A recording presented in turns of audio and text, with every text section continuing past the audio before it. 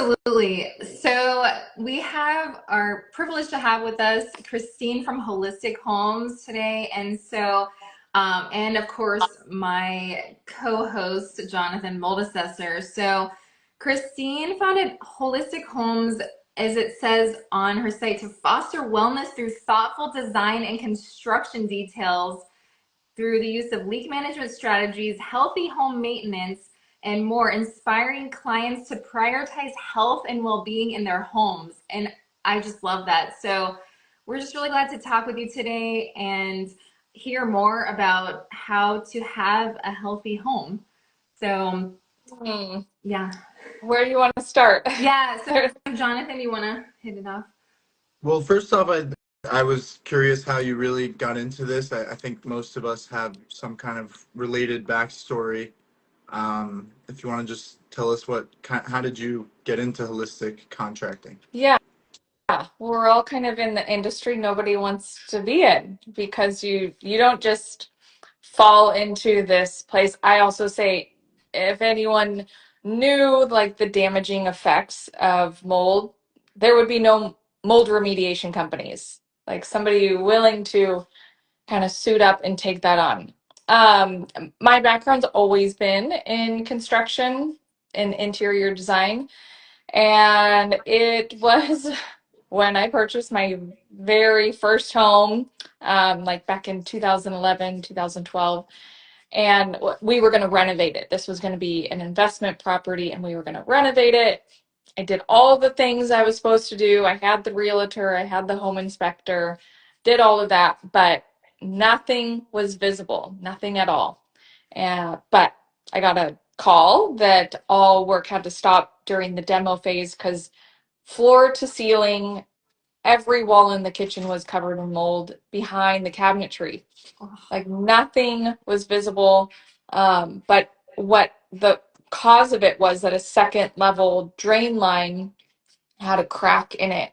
So anytime that shower was used, like water was just pouring in behind the walls. And so that was not I was very scared. I was having this mortgage and now a home that like was ripped apart. So that was not a great feeling, and working for other contractors, seeing the good and the bad, and like why is nobody talking about this like moldy lumber that they're just picking up off the floor and installing.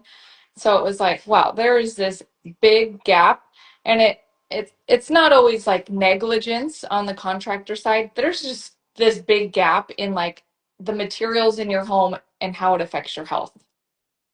For sure. Definitely. Yeah, I think that's a recurring theme, as a mold assessor, I see it all the time, especially when I say see it, but a lot of it is invisible, right? So that's one of the main hard things about mold, especially not just the mold, but usually you can see mold if you know what you're looking for and where to look, but you definitely Mhm. will not see the spores, the mycotoxins, the fungal fragments, which are microscopic, most of which are actually smaller than spores. So you've got spores, which are super tiny, and then you've got the fragments and the toxins, which can go even deeper in your body, which are even smaller.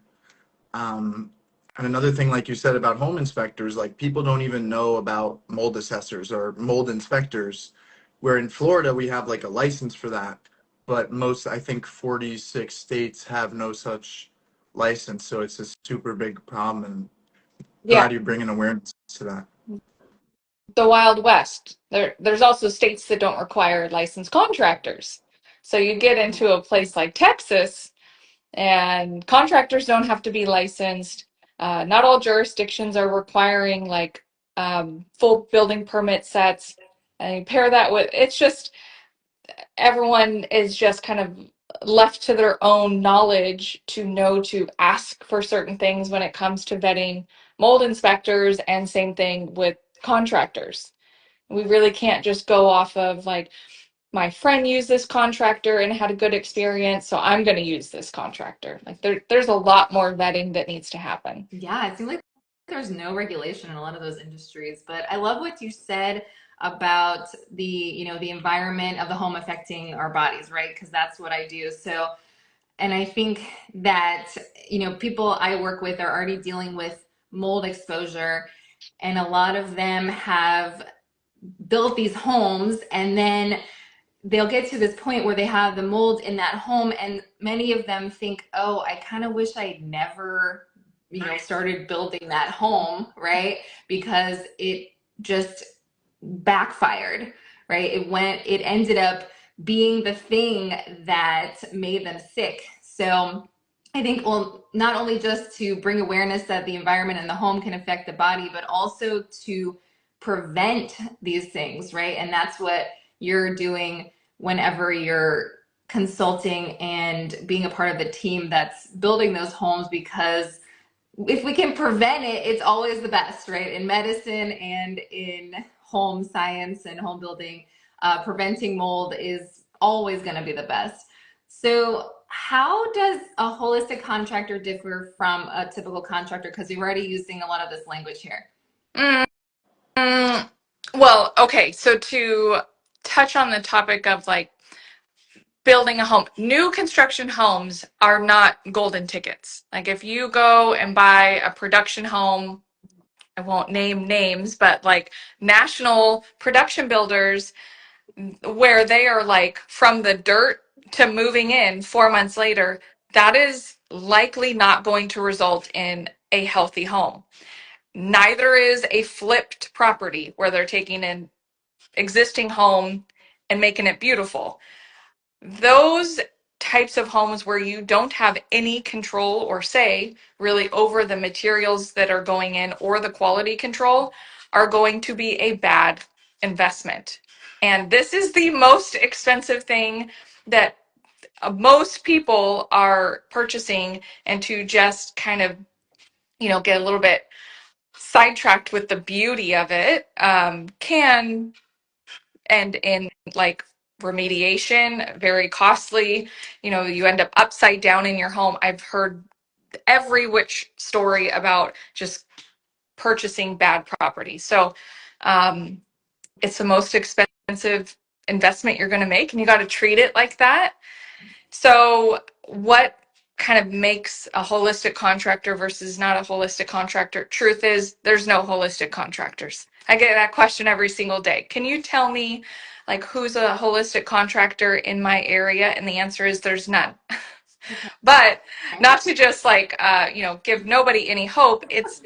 I say that more so there are some like really good builders, but I say that more so because the answer is not finding a holistic contractor and just like, I found you, now can you build me this beautiful home? No. If you're going to purchase or build a home that you want to make sure you're going to be healthy and thrive in, you better be prepared for that level of commitment of still adding your layer of verification, because their interpretation of a healthy home and what your expectations are most 100% of the time going to differ slightly. So be prepared to have a layer of verification. And an example of that would be like the framing lumber. If you're going to be using a stick framed home, what are you expecting as far as the quality of lumber? And don't leave it up to the framer, because 20 framers are going to show up and they're going to go. They're not stopping to inspect any visible mold on lumber. So, it's an investment in your time, emotionally and financially. Wow. Yeah, definitely. I think, that's one of the hardest parts about assessment is especially when you're building a home is like, dryness is really key. And from stage one, even when you buy the lumber, you want to make sure it's not moldy, even if it's coming out of, Home Depot or somewhere. And then as they're building, it's got to stay dry. And that's really difficult in some, more difficult in Florida and stuff like that. But the assessment and remediation has to be budgeted for way ahead of time, and it can be more expensive. People don't realize that a remediation, especially in a bigger home, could be 6 figures, could be 7 figures. Like, that sounds crazy, but I mean, I've seen it. We've got celebrity homes and there's $1 million remediations. There's crazy size houses. But people don't realize when you make an investment like that, there's other literally hidden costs, hidden mold.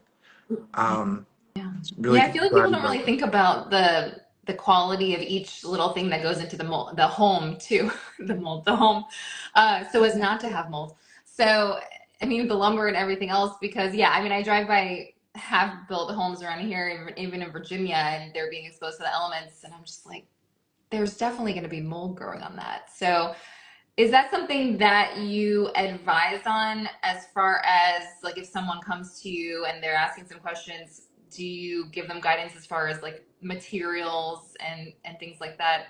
Or Mhm. do you have to be kind of running their project to do that?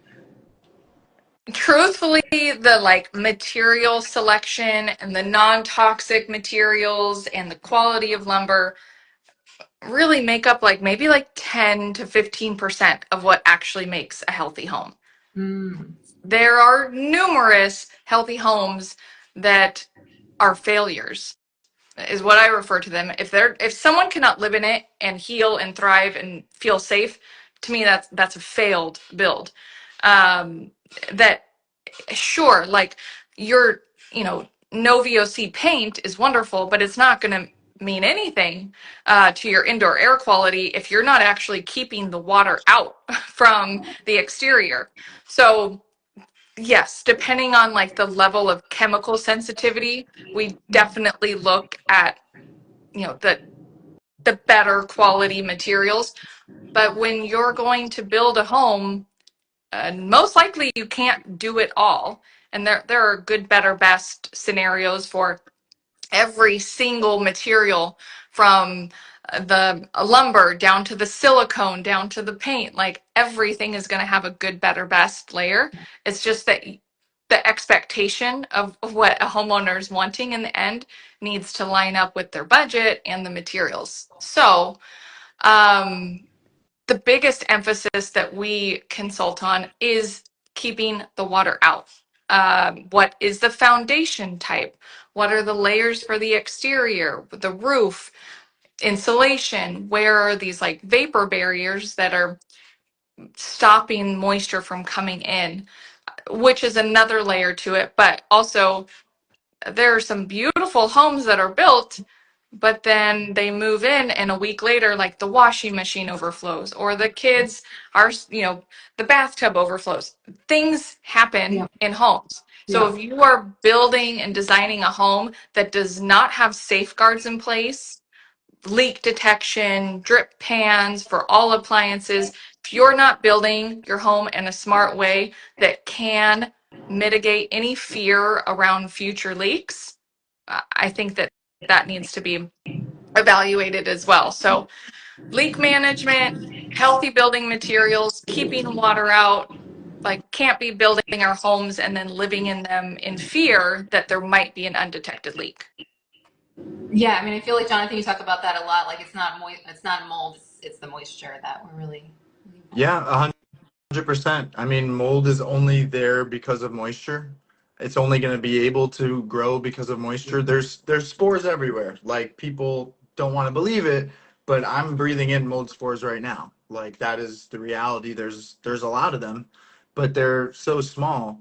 Um, but when they get that right moisture, they can grow. And I always tell my clients when I'm looking for mold, I'm also really looking for moisture because there could be a moisture problem today with no mold.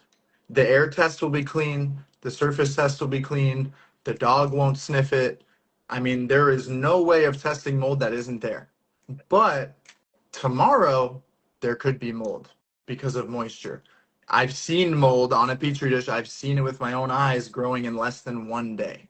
It's insane, like literally insane how quickly it grows. Like once that spore lands, correct moisture, it just starts flipping open and like you can watch it grow like quicker than watching grass grow. But that's super important, like controlling the moisture from day one, even like the store you're buying the lumber and all the stuff to literally every day. I think I saw some comments like you could have mold within a year or even within a week. I've seen someone with brand new ductwork and it's soaking wet. It's filled with Yeah. water because there's condensation and there's no point in dumping millions into something if it's just going to be on day one soaking wet. And then there's bacteria, all of that. People don't even really talk about bacteria. But definitely, That's so important. obviously in your body, of course, TDD can talk about that. Oh yeah, for sure.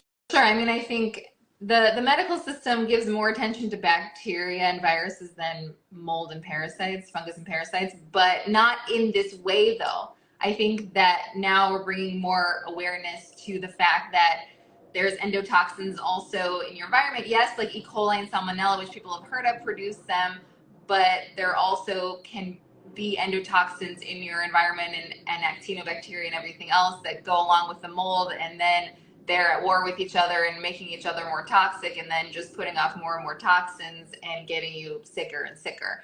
So definitely bring awareness to that bacterial and mold war happening inside and outside of our bodies. So you were talking about the healthy home concept a little bit, and I really want to kind of get that idea down for people who are listening to this and watching this, because that's your platform, and it's amazing. So can you just like outline that, like high level outline what would be some components of a healthy home for people? Yes. A healthy home. So, good kind of homework assignment I give everyone is, unless you have an unlimited budget, you have to start with a hierarchy. Like, we can't do it all. So, what is the main objective if you're going to get into, let's just say, doing a custom new build? Is it water damage and mold mitigation? Maybe number two is EMF mitigation, and then fresh filtered air, clean water. Like, where do those land, so that as you get into the design process, you can always go back to your hierarchy as you're allocating your budget. So, starting with that, most of the time, I would say 90% of the time, it's going to be like mold and water damage mitigation.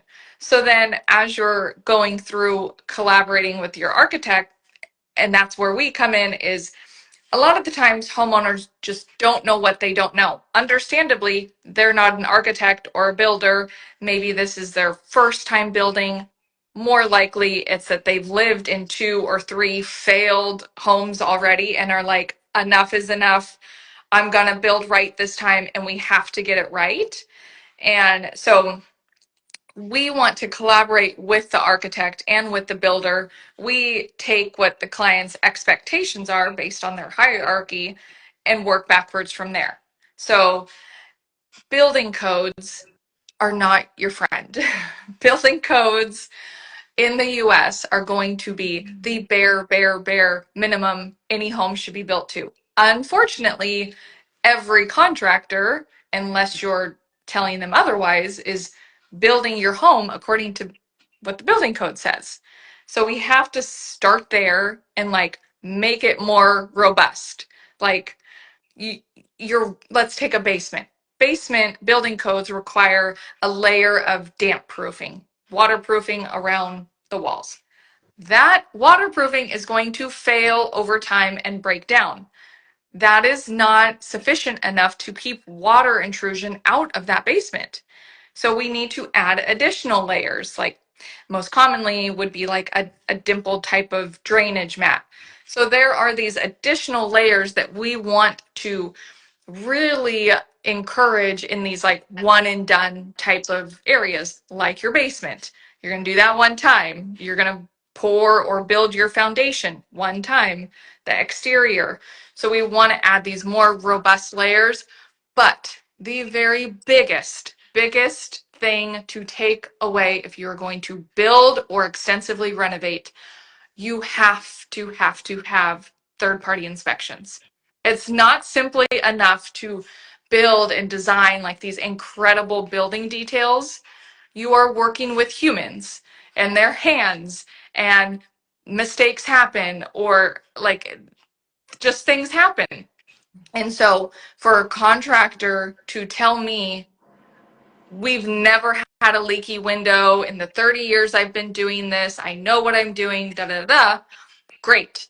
How do you know that window that you just installed is not leaking if it's not leak tested? This is not a reflection of, hey, we don't trust you know what you're doing. It's let's verify this one so that I'm not calling you back in 2 years to fix a bigger issue, but also two, so that I know and I visually see for peace of mind, I know that window's not leaking. So building homes, no matter the budget, without actually bringing in third party verification is just silly and like you're just gambling with your investment. Totally agree. I think there's a little connection issue, maybe, but I think we're still going. There we go. But Yeah. third party, like for, obviously for me, I'm a third party mold assessor, super important. For the people that don't know, it doesn't mean that the inspector is the builder's wife or the builder's uncle or brother. Third party means that you're bringing in someone who's disinterested, non-biased, there's no conflict, to check on everything. That's what I do. That's what the law in Florida says, for example, about mold assessment. You have to bring in a third party who doesn't have a financial conflict in the remediation. And there are some loopholes, I think for contractors, but even the good contractors, they're not doing their own assessment on a remediation. They bring in a third party so everyone has peace of mind. Just like if you're in like a relationship, you maybe go to a therapist. You don't ask someone's best friend for advice because there's bias. You want to go to a third party professional who sees it every day, not someone who just claims to know everything. You got to take advice from the people who do that as a living. And that's also why I say don't hire someone who does, even if they do it separately. If you're doing assessment and remediation, like I'd rather see you with an assessment specialist who just every day does assessments. And that way there's not even like a hint. You don't even want like a little hint of a conflict, I think. Yeah. Yeah, totally. And so you mentioned this a little bit when you were talking about the elements when you're building a home. So what's your opinion on the full home, like dehumidification or full home HEPA filtration? Like those things are really expensive, right? And I don't know. I mean, do those get done a lot? I mean, do you do those a lot? What's your opinion on those? Because it's like people think of that as like, oh, that would be ideal to just do full home everything, right? Well, Maybe not. that can also be a bad sign. So building codes have come a long way, and they're structure, making homes more structurally sound, more energy efficient, all of these great things. But what's happening is these airtight homes, the mechanical system is not on par with the way that home is designed to perform. So if your contractor or your subcontractor is telling you, oh, you've got this many square feet, let's stick like 2 3 ton units in it or whatever. If your mechanical system is purely designed based off of your square footage, that is not optimal, less than optimal. Um, Ideally, your mechanical system is designed with a minimum of like a manual J is one example, but it should be taking into consideration the building enclosure, your insulation, the performance of your windows, fresh air intakes, in some conditions also like makeup air, which helps prevent the home from being like depressurized because it's so airtight that if you go and turn on the exhaust fan in the bathroom, maybe you're cooking and you have the hood extracting air, and then you've got the dryer in the laundry room also extracting air, your home can be depressurized. That can also create issues. So you want the system designed. So yes, dehumidification can be a part of that. Ideally, want to design it in a way where it doesn't have potential to contaminate the other ductwork. But the whole system should be balanced and designed with the way your home is functioning to prevent condensation, to prevent excess humidity, bring in fresh air. You cannot be doing a new construction home and just recirculating that indoor air. You've got to be bringing in fresh air. So the mechanical system is a huge priority of ours. We bring in an incredible high performance mechanical engineer that is designing the entire system, again, based off of the homeowner's expectations and local like climate zone. Yeah, that's really interesting. I feel like, and Jonathan, remind me, because you usually talk about this with your assessments. It's like the either air mapping or what, I don't know the term that you use, but something about the whole system of the home that you're assessing whenever you do. Well, yeah, there's a few different things. There's moisture mapping, That's what I'm there's thinking. Yeah. air mapping in a way. So it's a few different things.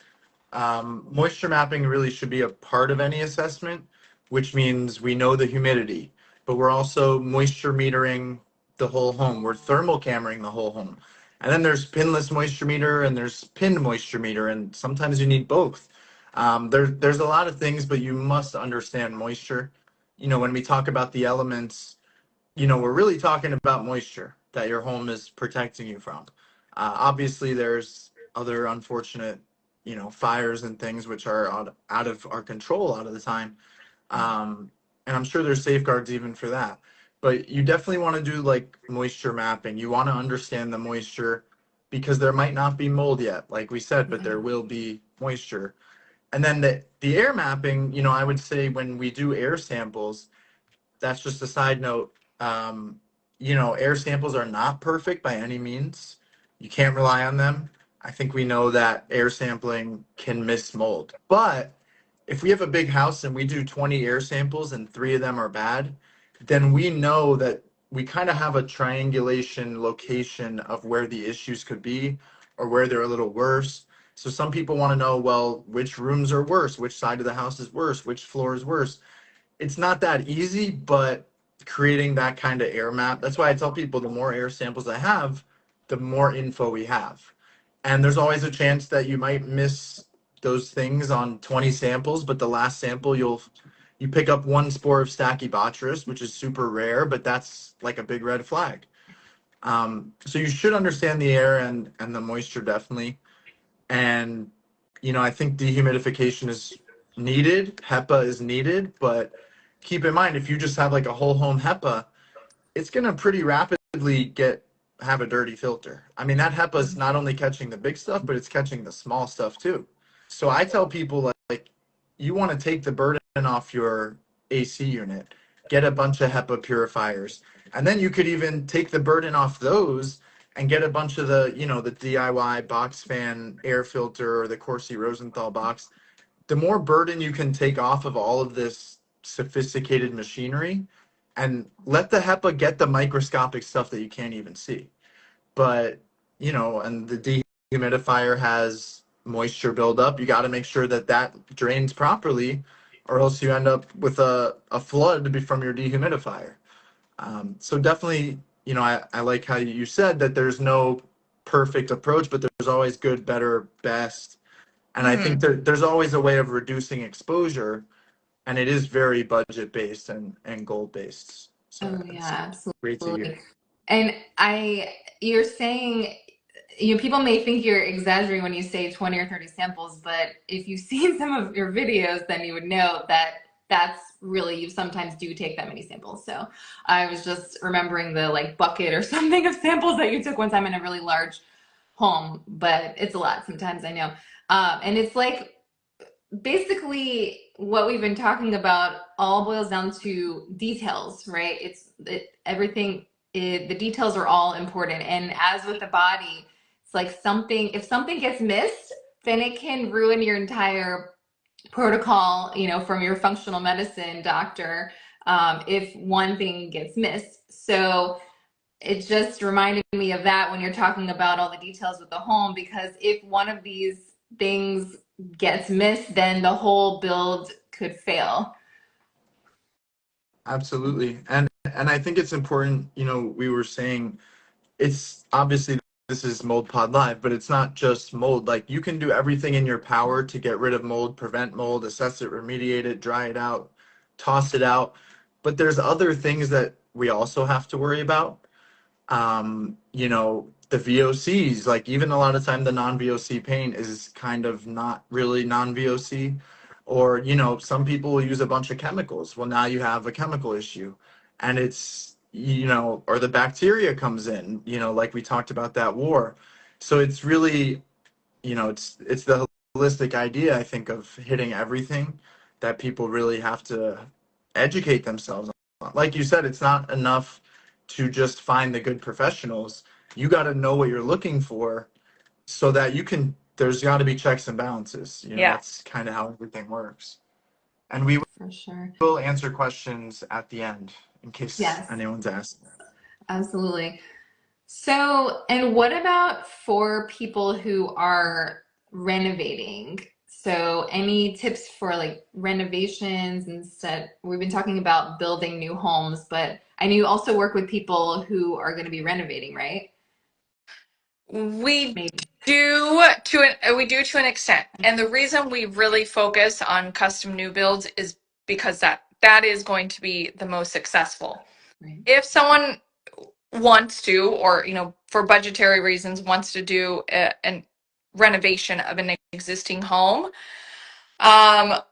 we really encourage at least like doing a gut style renovation. Like all drywall must come down. You have to know if there are any active water intrusion issues. And to know that, all the drywall has to come down, all the insulation. We have to have eyes behind the walls.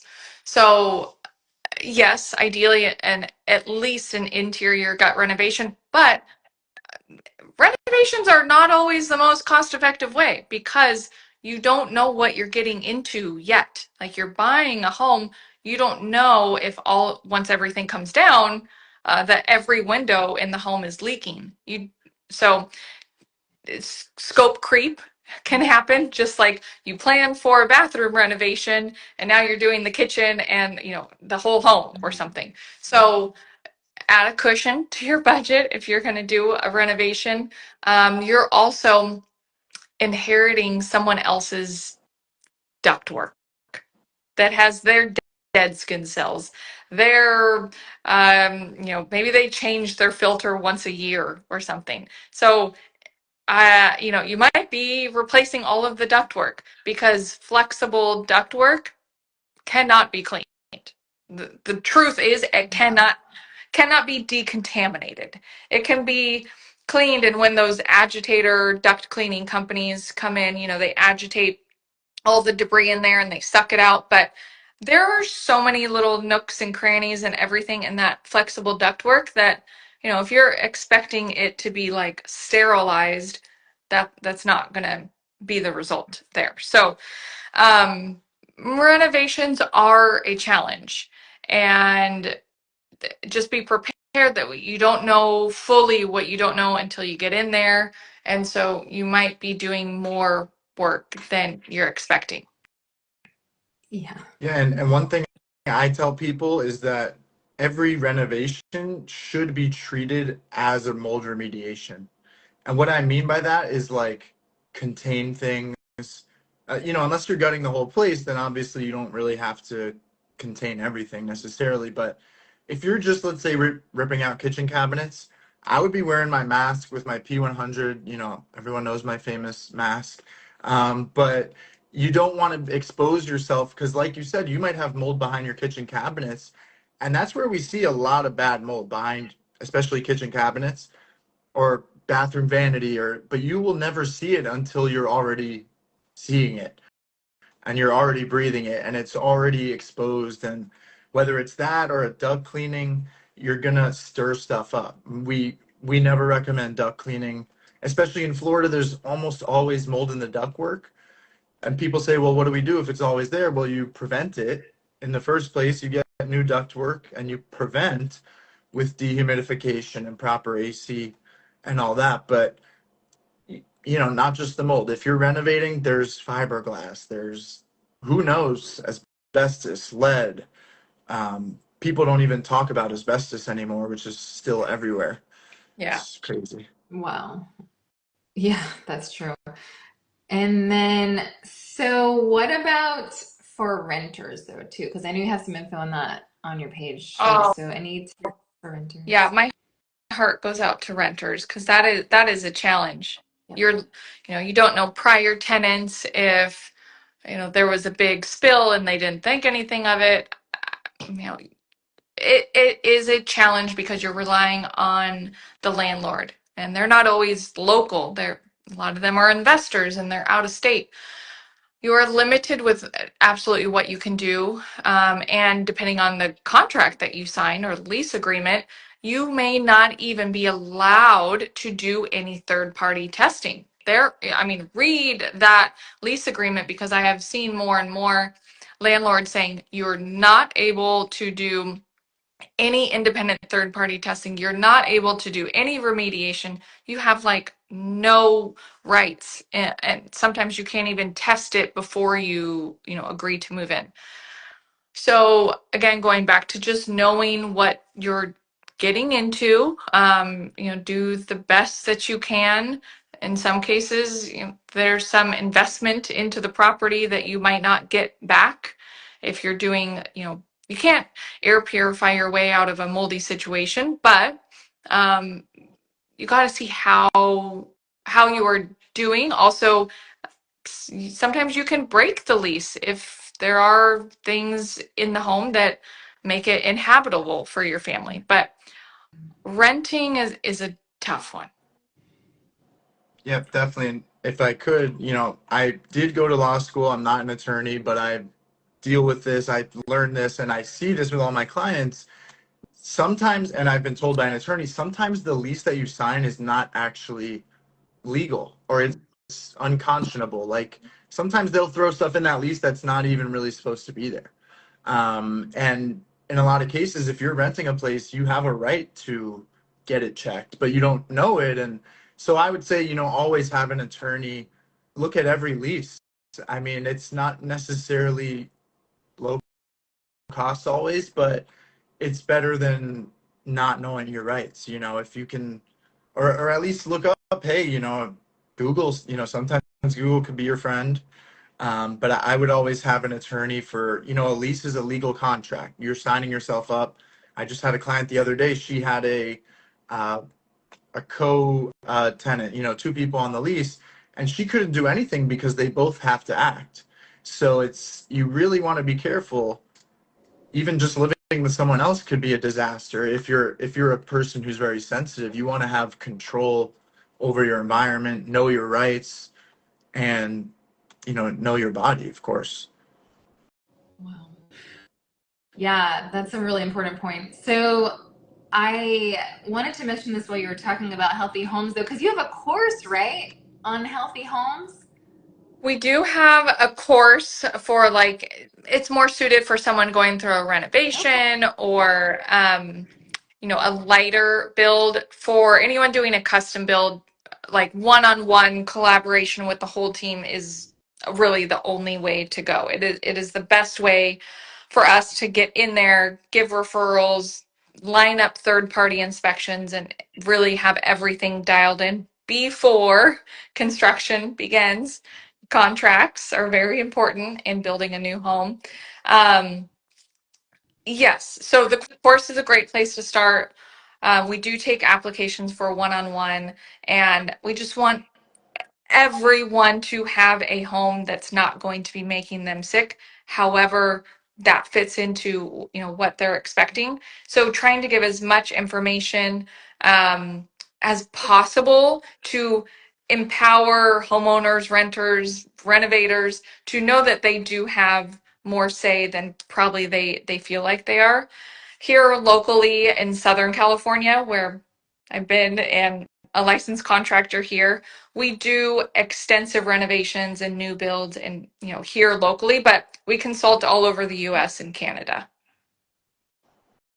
Awesome. I Good to wanted know. to ask, we were talking about builders a little bit. Obviously not calling any out, although I'm sure that would be super exciting. But Have you noticed, like, my opinion is that kind of the bigger they are, obviously the harder they fall, but the bigger the building company is, like, the less attention to detail there is. Like, do you think a smaller, I guess more holistic would would be good, or like smaller in general, or is there some of the big guys that actually are able to maintain that attention to detail? It doesn't really matter. We do also have a resource for like interviewing architects and contractors because yes, the smaller local builders and architects, they're going to be more willing. That is the big piece is you want to be asking the right questions of like how do you address moldy lumber? Some contractor may say, "What are you talking about? Lumberyard mold is harmless, like there's no big deal." And it's like, "Okay, we're not on the same page there." Or a smaller local builder may be like, "Yeah, we'll do whatever it is, that you want. You can inspect the lumber. Whatever it is, you have got to have it in writing, ideally in the form of an addendum or contract, email, like what happens when there's moldy lumber installed in my home? Who is responsible for replacing it, remediating it? Like what happens? What happens when it's wet? Who's going to dry it out? Are you going to dry it out within 24 hours or within a week? So, documenting expectations in the form of a contract. Bigger builders, probably, production builders are not going to likely be willing to even work with you. That is the truth. So if you were to come to them and say, "Hey, I'm a mold sensitive family, having a home free of toxins and mold is like absolutely critical to our family. Is this something that you can, help?" No one's going to guarantee it, but can you help work with us? And I have had some builders say, "No, no, we cannot take your project on. We have a wait list of 2 years to build, or our build minimum is $4 million, and no, we're not going to work with you." So that happens sometimes, but talking with builders beforehand and architects, it's all a great start. So Yeah, and I think in the intro, Dr. Dye said how you were very thoughtful, and I think we all are. And I think that's one of the most important things when you're working with someone. They don't have to be perfect, but they have to be thoughtful and caring and compassionate and understanding and willing to learn. I don't tell people we're going to find 100% of the mold because it's never possible. You can find 99% and live a normal life, but I tell them, hey, I'm going to be with you until you guys are happy and healthy and have peace of mind. A lot of mold assessors or contractors, they will do something and then they will disappear. And then you're like, well, now my new ductwork is moldy again. But you got to give people long-term solutions and you got to be thoughtful. And that's how maintain a good business. So I really think that's important and great answer about, I think those big builds, a lot of the big guys are obviously rough, and then there's a lot of the small guys who also probably don't know what they're doing too. So there's no black and white with any of this. yeah, So true. So do we want to take a couple of the questions that we've gotten? yeah. So I know there's there was one. one. There was one. I don't know if our viewer is still here, but this will be in the recording. What is the thermal or an infrared camera? And that is such a wonderful, important question. This is how we find invisible issues. Now, you might say, well, how could it be invisible? Sometimes you can't see it. An infrared camera or a thermal camera shows you temperature differences on a screen. Like it's blue and red. If I held my hand up, it would be yellow and red. If I held up a glass of water, it would be blue because that's how temperature works. But sometimes you won't see water damage until it's too late. Like if you have water damage in your attic, you might see that wet spot on an infrared, but it's not showing through yet. But you could already have mold in your attic. But by the time you see it in your house, it's like too late. So a thermal, you can't do a good mold inspection or any kind of inspection without a thermal. Even, the good home inspectors, they're using thermals. Um, my thermal has a moisture meter built in, so it's like a 2-in-1 or like a 10-in-1 piece. And yeah, you definitely want to make sure everything is calibrated and whatnot, but you the visual assessment is so important, but it involves using all your senses, all the modern technology. A thermal infrared is like the closest thing to, I don't want to say X-ray vision, but you're seeing on another, it's a superpower. You're seeing temperature differences, which maybe it's not even wet, but if you notice a temperature difference, that could lead to a condensation issue, or maybe you've got cold air coming in, which could be a sign of a improper seal, or hot air coming in. So thermal is super important. Awesome. And are there others? Fogging after remediation. So that's a good question, and I see she has a medical question with that, but I think it obviously you want the less chemical solution. Chemicals are not the answer. Fogging is really beneficial for actually like getting particles kind of out of the air, but it's a temporary thing. It's just, it gets it out of the air, it goes down to the surface, but I wouldn't spray a bunch of chemicals like, you know how when you bug bomb your house, you got to stay out of that house. And I personally Yeah. would never, ever do that. Fogging, if the remediation was done right, if you did a bad remediation, I don't really think fogging is necessarily helpful. And if it's water based, then you might be adding fuel to the fire, because we know that water is the fuel for mold. Um, and she asked, what would we ask Yeah. for sensitive people? So I think you're asking what to ask for when it comes to fogging. And I mean, there's not one specific fogging method that would be more or less okay for people with sensitive immune systems. I think that's just, the important point, because all of the chemicals will have to be cleared out before you were in that space. Because if you have a sensitive immune system, then presumably breathing in any kind of chemicals is going to potentially aggravate your mast cells, cause systemic symptoms, and aggravate any other pre-existing symptoms that you already have going on. So I am not a huge fan of fogging, but I guess it can be a part of the whole picture, as you're saying. So just as long as once you go back in this space, that there's nothing in the air. So Yeah, and I would just say, like, I believe there are some more water-based solutions, which I think would be better than toxic gassing your home. yeah, But keep in mind, water fuels mold. yeah. So there is no perfect, like we said, there's better, best, and, super, super best. But there's never a perfect thing. I would rather see the HEPA air filters and see particles getting sucked out of the air, vacuum your surfaces, clean your air. Obviously, HEPA vacuum, which means don't just take a regular vacuum, which stirs everything up. Get a HEPA vacuum, which filters things out. Which I like. I feel great when I just use my HEPA vacuum because it's blowing out clean air. It's like a little air filter that you carry around. So cool. And they said, so husband tested positive for mycotoxins and has been coughing for 5 months.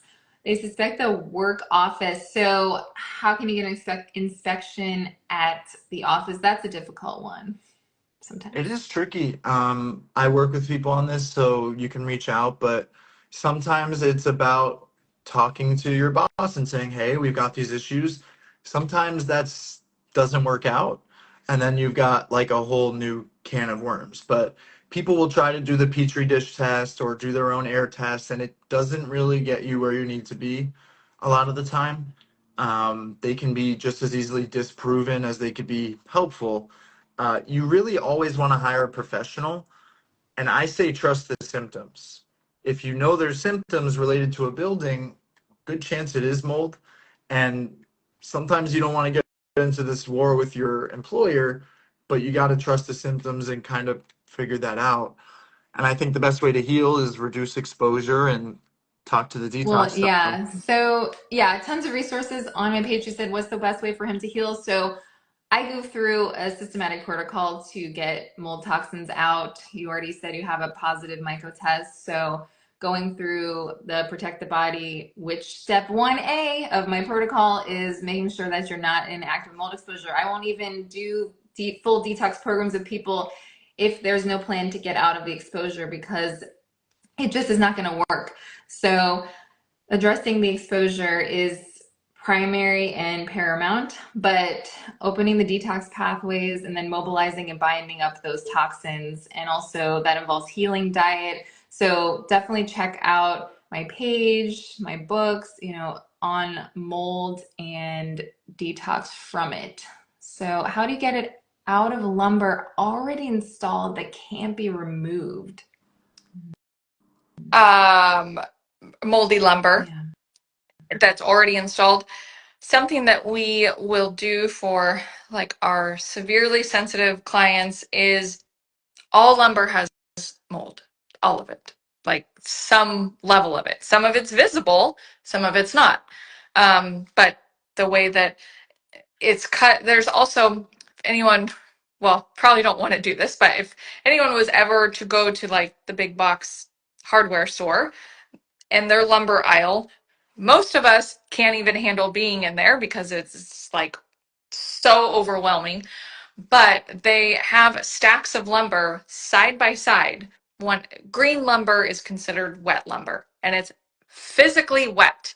Right next to it is something called KD lumber, which is kiln dried lumber, meaning they take the wet lumber and dry it through a kiln. So it's going to be at a moisture content of somewhere around 20%. So depending on what type of lumber is being used, it's very rare that green lumber is used in home construction, hopefully, but that can sometimes happen if there's like smaller renovations and they're just going to Home Depot to pick up a couple pieces. So we want to start with like clean, dry lumber to begin with, but then if very sensitive, we will sometimes have dry ice blasting of all of the lumber. That is going to be very costly, like $100,000 plus to dry ice blast an entire structure. But what that's doing, and they're also HEPA vacuuming after that, is that is essentially removing like that top surface layer. If there is visible mold and it's deep and it's on a structural piece, sometimes there will be sanding with HEPA vacuum as well. But I'm not in the mold remediation space, but my take is the best type of remediation is removal. Like take the $4 piece of a 2x4, throw it in the trash, and put a clean, dry one in its place. That's not always possible with an existing home. But essentially dry ice blasting is most commonly what we'll use if there's a remediation, a light surface mold that's visible or not visible that is ideally removed. Yeah, definitely couldn't have said it any better. Always, replacing it is the best. Remediating it is your next option. Um, but people think it's the end of the world. Oh, I have to remove a 2x4. It's load bearing. Like, what are we gonna do? Well, there's ways to bear that load temporarily. Like, these things are not necessarily the end of the world. Um, what you really don't want is mold issues everywhere. So find someone who knows what they're doing to get this done, whether it's remediator or contractor or both. But keep in mind, obviously, you can only resurface wood so many times until eventually there's no wood left. It's like you sharpen a pencil, you sand it down so many times, now you have, there's nothing left. It's like a toothpick. So at a certain point, it is easier just to replace and don't replace it with moldy wood, but it's a newer piece of wood is almost always going to be better than an old moldy piece of wood.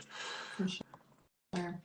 Yeah, and someone's asking about time-based antimicrobials. They're great for the body. I don't know if you're also talking about for like cleaning or for the home, but you can use essential oils and stuff sometimes. But again, want to be cognizant of the amount of moisture that you're introducing. Yeah, and I mean anything I think is better than like toxic chemicals. For Obviously, sure. plants Yeah. have some magical compounds in them, Oh yeah, thyme is great. which would be Thyme is one of my better. favorite antifungals, but yeah, so of course oil of oregano is king, but thyme would definitely be, a prince or something. If remediation company says they don't need negative pressure, is that normal? Seems like a red flag. Maybe we can answer this one briefly and then we're cutting close on time. Yeah, I mean you always want to have negative pressure, or really the goal is to make sure that contaminated air is not getting into your home. So whatever you have to do, make sure that it's contained. Make sure that, it's ideal to send that air outside. You can bring in fresh air if, but you gotta HEPA filter the air. Make sure that it's not getting out into your home. Keep everything clean. Whatever you do, sometimes they'll put up a containment and they'll just leave the zipper unzipped, or they'll just knock it down, and then you're kind of defeating the purpose. But one of the best things I say is, remediation has risks. It's never perfect. Clean up well afterwards. Filter your air. Vacuum your surfaces. Clean is clean. If you clean up after you make a mess, then it's still clean. But you obviously don't want to be exposed to that big mess.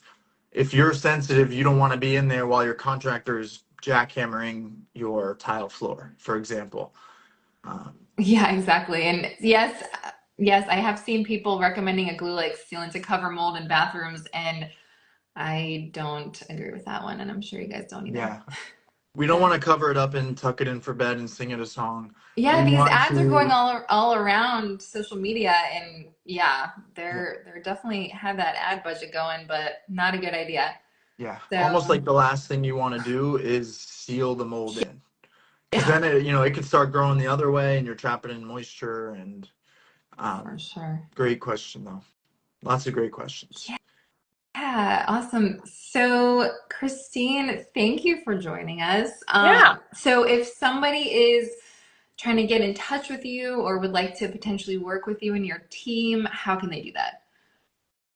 Instagram is a great place to reach out. We have a free resource if anyone's like in the early stages wanting to do like lot selection of like where they're going to plant their roots and build this healthy home.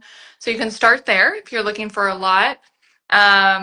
We do also have like our application. If someone's wanting to do a custom new build, they can fill that out. And then try and give as much just free information online, just about navigating, building, talking with your contractor. So yeah, Instagram's a great place to start. Awesome. Maybe I could show people real quick, even though we're already on Instagram. There we go. Yeah. Holistic Homes by Christine. There it That's is. right. Hopefully everyone's take a screenshot, get in touch. Love your page. Lots of great info on there. Thanks, guys. We appreciate Thanks. you. Thank you. Pleasure to meet Yeah, you. this was great. All right. Talk soon. All right. Bye, everyone. Bye. Thank you.